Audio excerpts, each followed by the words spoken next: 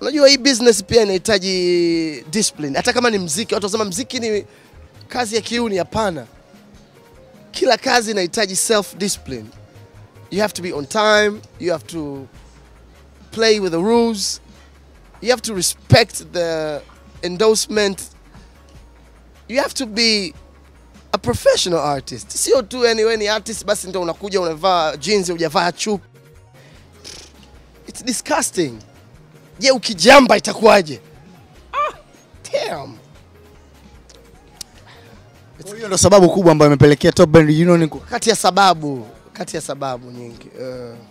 Hamna mipango ya kutaka kuirudisha kwa sababu tunaona bado kama kuna namna Chilla inahitajika yani kuweza kumsupport na kumpush kwenye kitu ambacho anafanya. Kila mtu anatakiwa kupushiwa.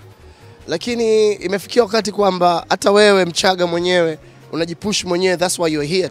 Unanihoji mimi miaka 5 back to back kwa sababu una effort, you never miss your job. You're there, you respect elders, watukani watu. Ndio maana uko hapa.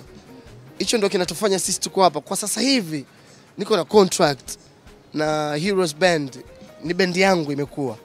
Sasa nafanya album na Heroes Band wako kwenye album kama unavyoona nimewachukua wasanii wa Heroes Band, Malo, Fama, tumefanya wimbo ni wa kwangu, nimeshirikisha bendi